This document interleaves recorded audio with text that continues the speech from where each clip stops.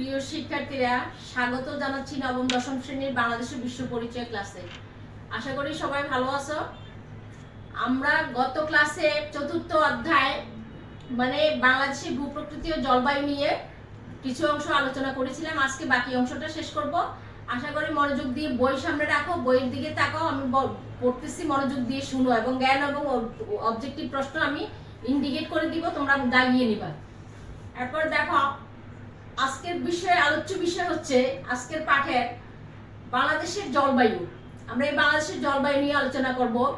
এই জলবায়ুতে আছে তিনটা কাল, দেখো, গ্রীষ্মকাল, বর্ষাকাল এবং শীতকাল।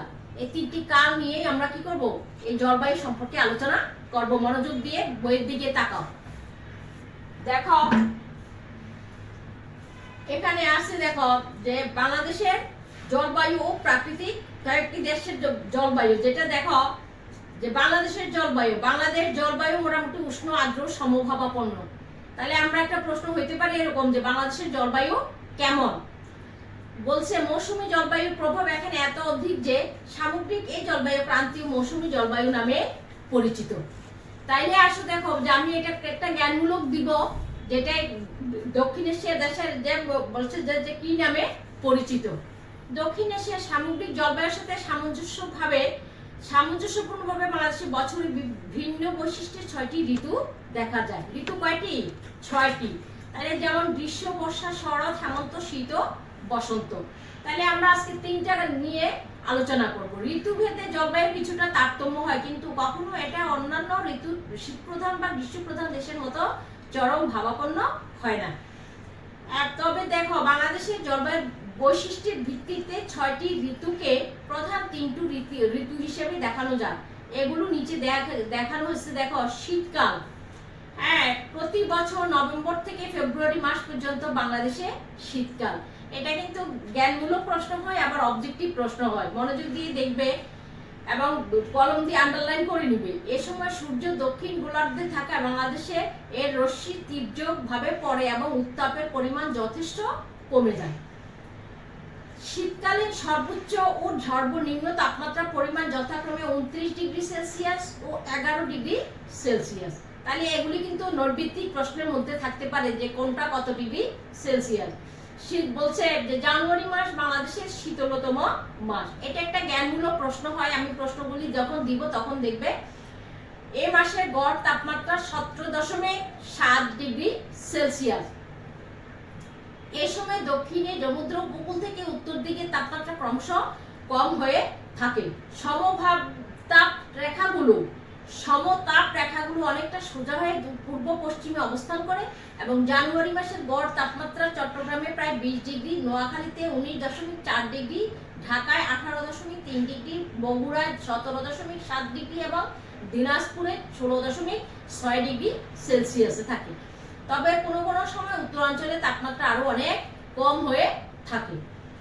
এরপরে দেখো, আমরা শীতকাল শেষ করলাম। দেখো গ্রীষ্মকাল, দেখো যে মার্চ থেকে মে মাস পর্যন্ত বাংলাদেশে কি গ্রীষ্মকাল। হ্যাঁ, 6টি কালের মধ্যে গ্রীষ্মকাল হচ্ছে মার্চ থেকে মে পর্যন্তই গ্রীষ্মকাল। এটা দেশের উষ্ণতম ঋতু।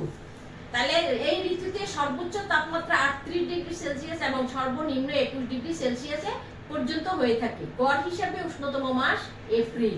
এগুলি কিন্তু নৈর্ভিত্তিক প্রশ্নে থাকে এবং ভালোভাবে পড়বে এগুলি।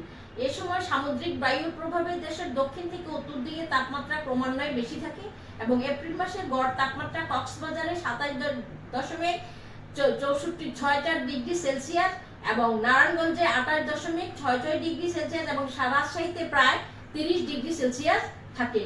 এবং গ্রীষ্মকালে সূর্য উত্তর গোলার্ধের কর্কটক্রান্তি রেখার নিকটবর্তী হওয়ায় বায়ুর চাপের পরিবর্তন হয় এবং বাংলাদেশের উপর দিয়ে দক্ষিণ পশ্চিম মৌসুমী বায়ু প্রবাহিত হতে থাকে। এরপরে দেখো, একই সময় পশ্চিম ও উত্তর পশ্চিম দিক থেকে শুষ্ক ও শীতল বায়ু প্রবাহিত হয়। এর ফলে এক ধরনের ঝড়ের সৃষ্টি হয়। এই ঝড়কে কালবৈশাখী বা নর্থ ওয়েস্ট বলা হয়। কালবৈশাখী ঝড় এটা কিন্তু মৌসুমী ঝড়, যেটা উত্তর পশ্চিম দিক থেকে আসে।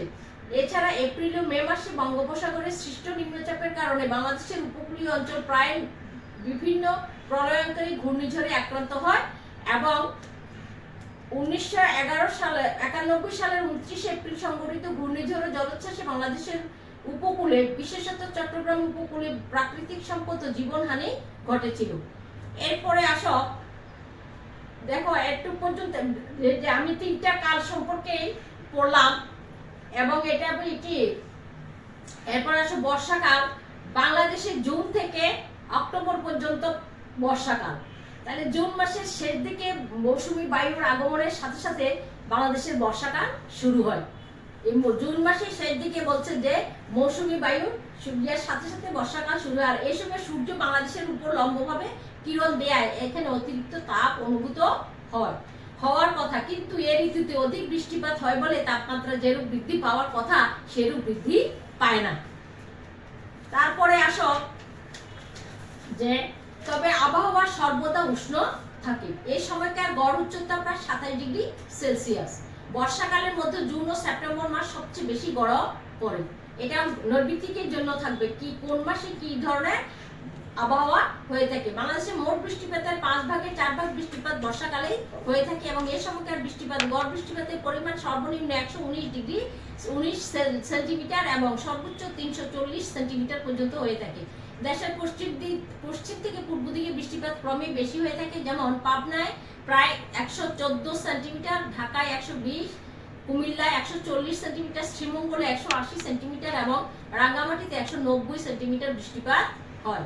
তাহলে শ্রীমঙ্গল এবং রাঙ্গামাটিতে সবচেয়ে বেশি বৃষ্টিপাত হয়। বাংলাদেশের বর্ষাকালে মৌসুমী বায়ুর প্রভাবে প্রচুর বৃষ্টিপাত হয় এবং এর ঋতুতে পর্বতের পাদদেশ উপকূলবর্তী অঞ্চলে কোথাও 200 সেন্টিমিটার এবং এর কম বৃষ্টিপাত হয় না। সিলেটের পাহাড়ি অঞ্চলে 340 সেন্টিমিটার, পটুয়াখালীতে 200 সেন্টিমিটার, চট্টগ্রামে 250 সেন্টিমিটার, রাঙ্গামাটি অঞ্চলে 280 সেন্টিমিটার এবং কক্সবাজারে 320 সেন্টিমিটার বৃষ্টিপাত হয়ে থাকে।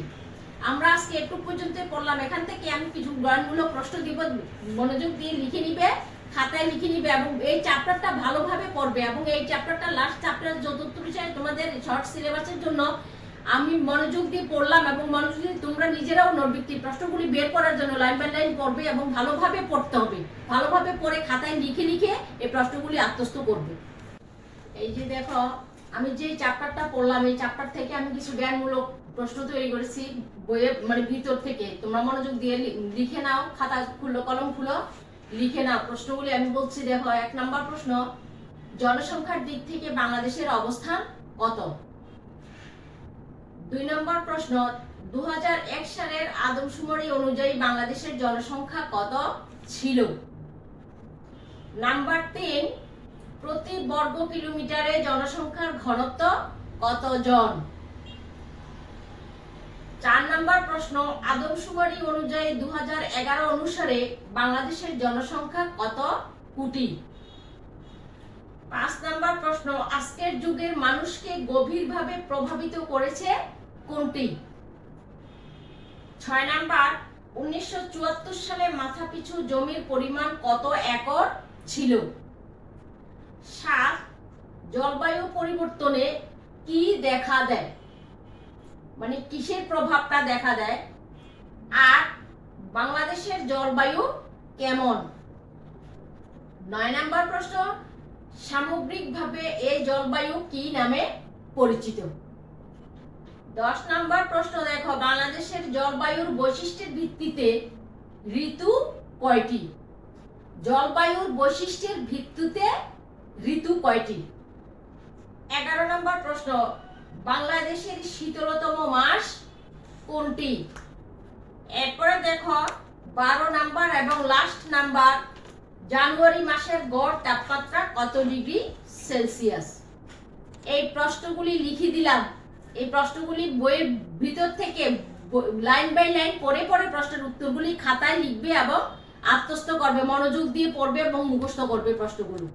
দেখো যে চ্যাপ্টারটা পড়লাম আমি, চতুর্থ অধ্যায়, এই চ্যাপ্টারটার লাস্ট পর্যায়ে এবং এটা অনেক ইম্পর্টেন্ট চ্যাপ্টার, এগুলি মনোযোগ দিয়ে পড়বে এবং আজকে যে চ্যাপ্টারটা শেষ করলাম এবং শেষ পর্যায়ে যে জ্ঞানমূলক এবং নৈর্ব্যক্তিক প্রশ্নগুলোর জন্য আমি বললাম, এই নৈর্ব্যক্তিক জ্ঞানমূলক প্রশ্নগুলি লিখে দিলাম। এই প্রশ্নগুলি বের করবে এবং নৈর্ব্যক্তিক প্রশ্নের জন্য লাইন বাই লাইন পড়বে এবং ভালোভাবে পড়বে। বাসায় থাকবে, সুস্থ থাকবে, সুস্থ রাখবে এবং বাইরে যাওয়ার কোনো প্রশ্নই ওঠে না। দেশের অবস্থা খুবই খারাপ, আর এই আর বাইরে যাবে না এই আশা রেখেই আমি আমার ক্লাসটা শেষ করলাম। আল্লাহ হাফেজ।